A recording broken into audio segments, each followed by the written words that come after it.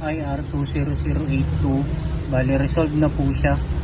Ito po yung maarte yung customer na nagpagawa po ng mag. So ang problema po is nakailang sample na po kami is hindi pa rin po niya ina-approve dahil naka-gradient po yung kulay niya. Gusto niya po may kulay kaming hinahabol kaso hindi po talaga makuha. Kaya pinarefund ko na lang po kaysa magka-damage po lahat kami.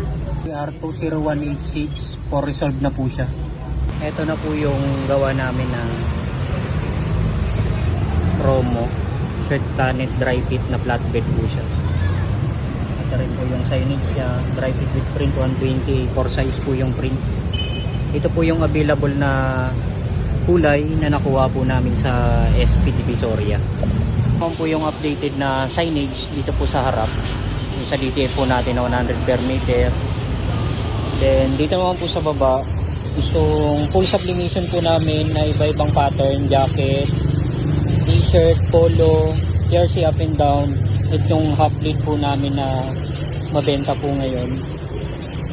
Then ito rin po yung bago, yung kakagawa lang po namin na promo, yung buy 3 get 1 po na SP Polycotton na 75 lang po, small to 3XL.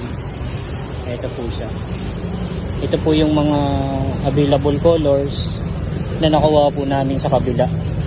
Then katabi niya po yung CBC cotton po namin na hanggang ngayon po is mabenta pa rin po siya.